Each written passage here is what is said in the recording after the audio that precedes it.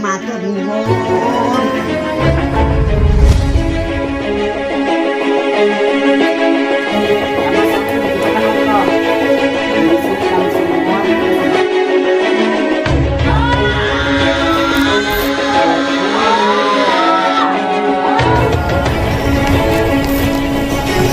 Tujuan kocok-kocok semua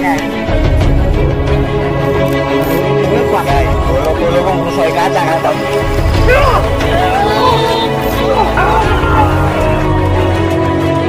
sudah beberapa yang sudah packing. Ini satu Anak Pak Nabi.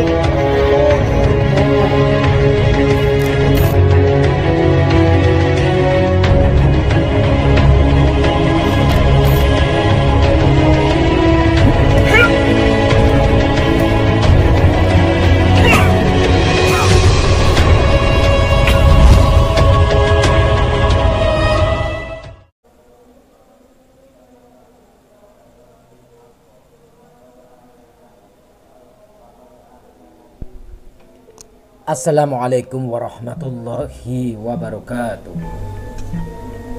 Alhamdulillahirabbil alamin. Wassalatu wassalamu asrofil anbiya'i wal mursalin wa ala alihi washabbihi ajma'in, amma ba'd. Salam bahagia buat sahabat-sahabatku GNS, salam bahagia buat sahabat-sahabatku PCLN, Padepokan Cakra Lodaya Nusantara dimanapun berada yang dirahmati Allah, yang tentunya insya Allah dimuliakan Allah Subhanahu wa Ta'ala. Amin Allahumma amin. Alhamdulillah sahabat-sahabat, bertemu kembali dengan saya Nur Samsun Al-Fakir. Di sini malam ini saya bersama kameramen. Gak tahu mau ngapain ini juga, saya juga gak tahu sahabat-sahabat. Aduh, pokoknya nampak lah. Yang penting nampak di kamera aja buat obat rindu kalian semua ya. Tentunya karena di bulan Ramadan kita edukasi ya, edukasi. Oke sahabat-sahabat, seperti biasanya tidak lupa kita bersolawat kepada junjungan Nabi Agung Muhammad Sallallahu Alaihi Wasallam. Lanjut kita doa liqomsatun sahabat-sahabat. Bismillahirrahmanirrahim. Allahumma sholli ala sayyidina Muhammad wa ala ali sayyidina Muhammad. Liqomsatun udfi biha harul wabail hatimah al-Mustafa wal Murtada wa banahuma wa Fatimah. Salawat kepada junjungan Nabi Agung Muhammad Sallallahu Alaihi Wasallam. Semoga kita semua kelak di yaumul akhir kiamat nanti mendapatkan syafaat baginda Rasul. Dan tentunya jangan pernah tinggalkan sholat dan tadarus Quran, karena sholat adalah bagian dari menegakkan dan mengokohkan tiang-tiang agama dan tiang-tiang iman dan takwa kita kepada Allah. Tentunya sahabat-sahabat yang sedang sakit medis maupun non medis, saya doakan semoga lekas diberikan kesembuhan, diberikan obat, diangkat penyakitnya, bisa beraktivitas seperti sedia kala. Dan bagi yang kebingungan perekonomian, masih punya hutang, saya doakan semoga lekas dilimpahkan rizkinya halal thayyiban, manfaat dan berkah di dunia wal akhirah, sehingga di bulan suci Ramadan penuh dengan kenikmatan, keberkahan. Bulan suci Ramadan yang luar biasa ini, tahun ini, semoga kita semua bisa melunasi hutang-hutang kalian semua sahabat-sahabat. Amin Allahumma amin. Dan tentunya sahabat-sahabat yang sedang jomblo, duda maupun janda, saya doakan semoga lekas diberikan dan dipertemukan jodohnya, sakinah mawadah warahmah. Sahabat-sahabat yang sedang yang sudah lama merajut rumah tangga, yang kebingungan atau yang sedang mendambakan sang buah hati keturunan, yang lama sekali belum diberikan keturunan, dikaruniai putra maupun putri, saya doakan semoga lekas diberikan keturunan putra maupun putri soleh dan solehah, berbakti dan beriman kepada Allah, kepada agama, nusa dan bangsa, kepada kedua orang tua wabil khusus. Oke sahabat-sahabat, absen dulu sambil kita ngobrol-ngobrol sama kameramen. Nah Mat, gimana tuh Mat? Malam ini bahas apa? Bahas Syekh Siti Jenar, Gus. Bahas apa? Syekh Siti Jenar. Bahasa Siti Jenar? Ya. Syekh Siti Jenar. Oke, keren kayaknya. Kenapa Syekh Siti Jenar? Kenapa? Syekh Siti Jenar itu katanya termasuk wali songo enggak? Syekh Siti Jenar itu termasuk wali songo enggak? Kalau termasuk wali songo endaknya wallahu alam, akan tetapi lebih tepatnya kalau saya menyimpulkan Syekh Siti Jenar itu salah satu wali Allah. Itu yang saya tahu, wali Allah. Kalau ada pun wali songo ataupun wali 10 itu kan sebatas hanya angka. Apa pentingnya sih angka itu? Kan nggak penting angka. Mau wali songo, wali 10, wali 100 nggak penting lah. Yang penting beliau adalah seorang hamba Allah, utusan Allah, seorang waliullah. Udah, seorang alim ulama, itu aja. Tahu. Terus apa lagi yang mau dibahas tentang Syekh Siti Jenar? Saya lihat di TV itu ceritanya Syekh Siti Jenar itu, katanya Syekh Siti Jenar itu dibunuh sama Sunan Kalijaga. Hah? Dibunuh sama Sunan Kalijaga. No. Enggak, itu salah. Jadi ini perlu diluruskan ya, diluruskan. Sunan Kalijaga, Raden Syahid bin Raden Wilatikta bin Raden Ronggolawe. Salah satu masih saya memiliki nasab dari beliau, dari ibu saya. Ibu saya bernama Ngafiyah, ya. Ibu saya bernama Ngafiyah, seorang TKI ya. Dan ibu saya punya ayah namanya Kiai Hasli. Kiai Hasli punya ayah namanya Syekh Madum. Syekh Madum punya ayah namanya Syekh Ibrahim, dan seterusnya sampai Wijil 4, Wijil 3, Wijil 2, Wijil 1, sampai Raden Syahid, Sunan Kalijaga, sampai Raden Wilatikta, Raden Ronggolawe, dan sampai seterusnya sampai Sayyidina Abbas. Sayyidina Abbas itu pamannya Rasulullah, jalur dari ibunya Rasulullah. Paham ya? Dan mengenai Sunan Kalijaga versus atau dengan Syekh Siti Jenar. Tadi pertanyaannya apa sih, dibunuh? Ya, dibunuh sama Sunan Kalijaga. Dibunuhnya seperti apa? Karena Syekh Siti Jenar itu Enggak, menyesatkan. dibunuhnya seperti apa? Cara membunuhnya seperti apa? Dipenggal kepalanya. Dipenggal. Ya, Kamu tahu dari mana? di televisi. Oh, Cerita televisi. Televisi itu cuma film. Itu fiktif, nggak benar. Itu ya, jangan salah menanggapi. Jadi sejarah yang sebenarnya sepengetahuan saya melalui sumber dari keluarga besar Demak, keluarga besar saya, tidak ada namanya tangan atau Sunan Kalijaga membunuh seorang wali. Masa wali membunuh wali? Secara logika aja tidak masuk akal. Wali membunuh semut aja nangis, bener nggak? Bener. Wali membunuh hewan yang tidak bersalah itu nangis, ya, paham di situ? Paham. Yang artinya kalau sudah menjadi wali itu bisa mengerti kondisi atau situasi alam, bisa toleransi sesama makhluk, guyub rukun, ya, guyub rukun sesama makhluknya Allah, sesama ciptaannya Allah. Masa wali sama wali saling membunuh, saling melukai? Kan gak masuk akal. Jangankan saling membunuh, menghujat, menyinyir, menghina sesama manusia saja itu tidak boleh, apalagi sesama wali, kan begitu. Itu. Jadi karena saya masih keturunan Sunan Kalijaga, saya tidak terima kalau dikatakan kakek atau eyang saya, leluhur saya dikatakan membunuh Syekh Siti Jenar. Saya nggak terima. Salah satu saya mewakili keluarga besar, saya tidak terima seperti itu. Jadi yang artinya kesimpulannya tidak ada sejarah itu, tidak ada. Syekh Siti Jenar meninggal ya karena meninggal. Meninggalnya beliau, meninggal dunia ya karena sudah saatnya meninggal, bukan karena ikut campur urusan tangan manusia, apalagi dibunuh. Tidak ada seperti itu. Berarti di televisi itu tidak benar berarti. Di televisi itu tidak benar. Nah, Terus apalagi mengenai Syekh Siti Jenar, kayaknya cocok itu, keren itu dibahas itu. Apa? tolong jelaskan kenapa kok Syekh Siti Jenar itu dibunuh, katanya itu dibunuh terus katanya nyeleweng dari syariat dan menyesatkan banyak murid-muridnya. Menyesatkannya seperti apa? Ya kayak mengaku, kayak Siti Jenarnya pribadi, Syekh Siti Jenar mengaku dirinya Tuhan. Oh, jadi mengaku dirinya Tuhan. Ya, Jadi begini, itu salah.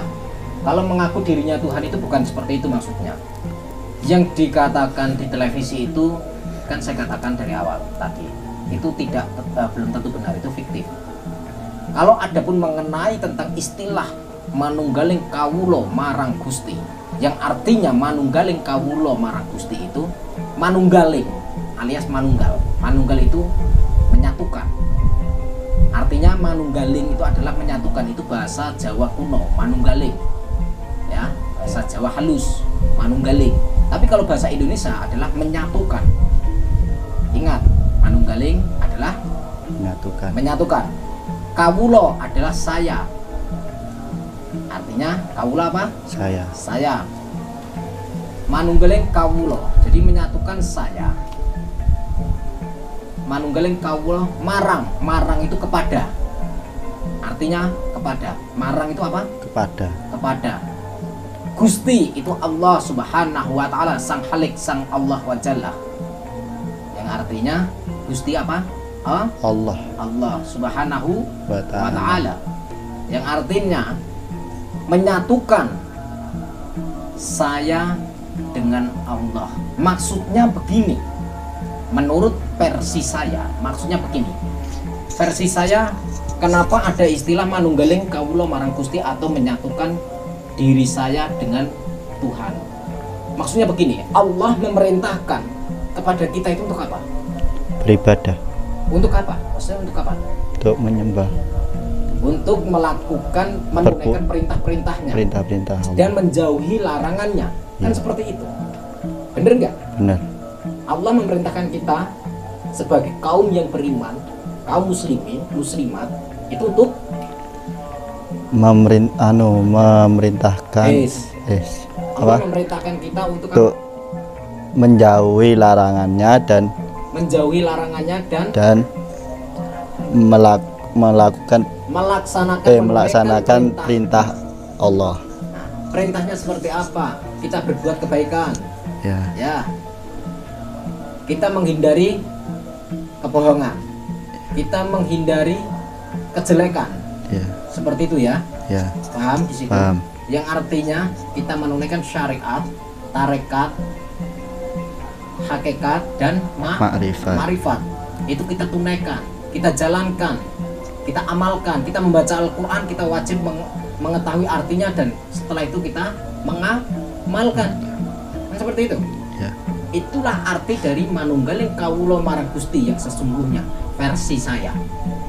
Adapun kalau orang lain menganggap itu versi lain, terserah. Tapi kalau versi saya yang artinya manunggaling kawula marang Gusti adalah menyatukan diri saya, diri kita kepada Allah. Yang artinya Allah menginginkan kita untuk apa? Maka kita melaksanakan. Keinginan Allah itu kita harus mencapainya. Kita harus menunaikannya. Kalau pengen beriman, dikatakan orang yang beriman kepada Allah. Seperti itu. Ya. Terus apalagi tentang Syekh Siti Jenar? Ini Gus, masih masih kebanyakan orang-orang itu menyalahkan Wali Songo karena kematiannya Syekh Siti Jenar.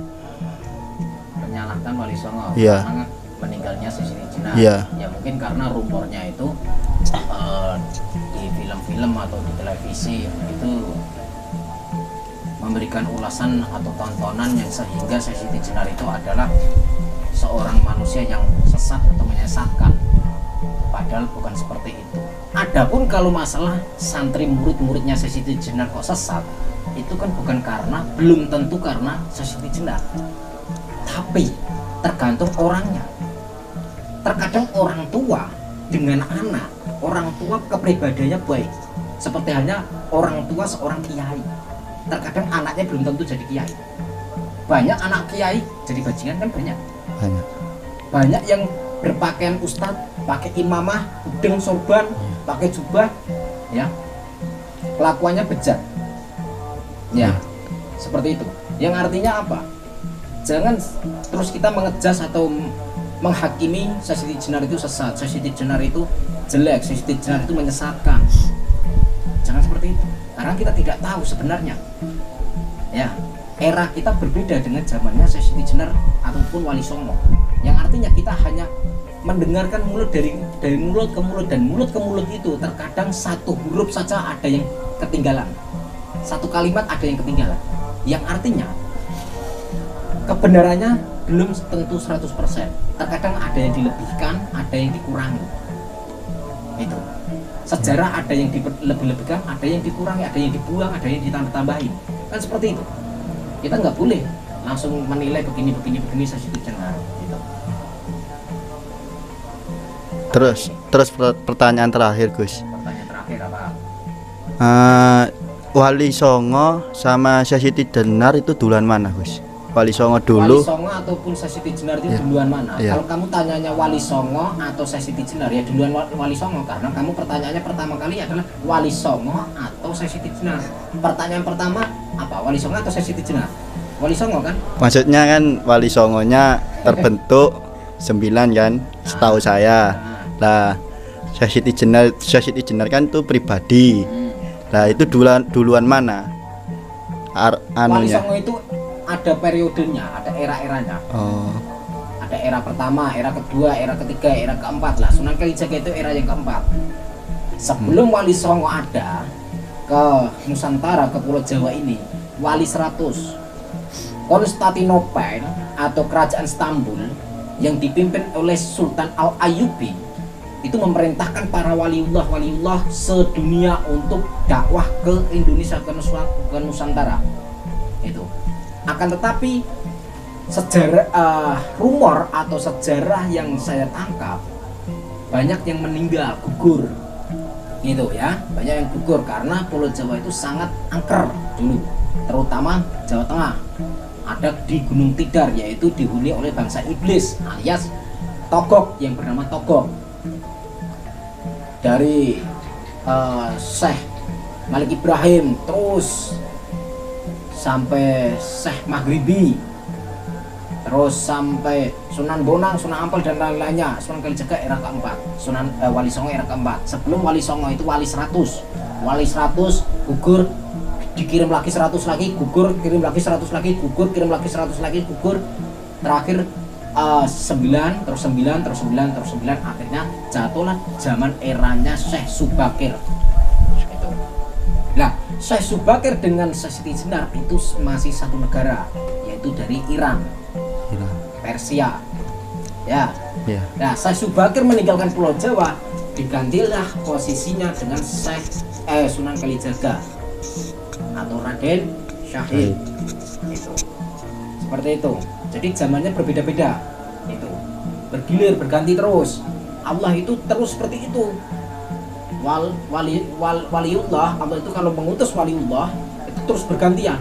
Kalau meninggal ada lagi waliullah, meninggal ada lagi waliullah. Kalau tidak ada waliullah, bumi ini akan gonjang-ganjing, karena wali adalah seorang atau hamba Allah yang menjadi penggantinya nabi ataupun rasul. Itu. Yang artinya waliullah itu untuk menjaga keseimbangan alam. Maka dari itu kita semua sebagai santri harus sami'na wa ata'na, sendikot dakwah atau takdim, atau menghormati kepada para waliullah, kepada para tabi'in, kepada para alim ulama, para guru-guru kita. Seperti itu. Paham? Paham. Gitu. Seperti itu. Oke, terima kasih Gus atas penjelasannya. Kenapa nggak tanya sekalian Syekh Siti Jenar itu siapa sebenarnya gitu? Nah itu, enggak apa-apa. Sekalian dijelaskan. Berapa menit itu? Udah 18 menit. 18 menit. Ya udah gini aja. Kita akan menjelaskan tentang siapa sebenarnya Syekh Siti Jenar di episode berikutnya ya. Di episode berikutnya. Siap. Jadi sahabat-sahabat, kalau pengen mendengar atau tahu sejarah siapa sebenarnya Syekh Siti Jenar itu siapa, tunggu saja episode berikutnya.